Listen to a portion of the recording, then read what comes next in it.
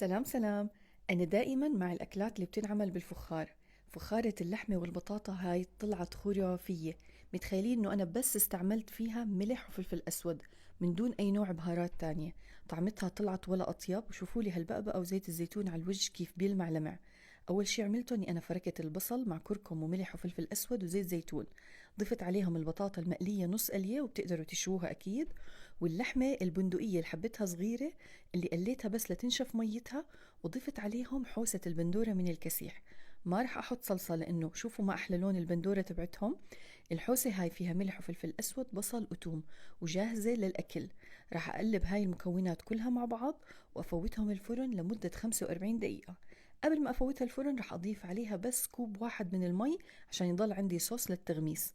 زينتهم بالفلفل الحار، بندورة شيري، وهلأ بما إنه موسم الثوم حطيت حبات كاملة من الثوم. كتير طلعت طيبة وخرافية. آخر شي ما تنسوا تحمروا وجهها وتقدموها مع خبز طابون وزيتون. صحتين.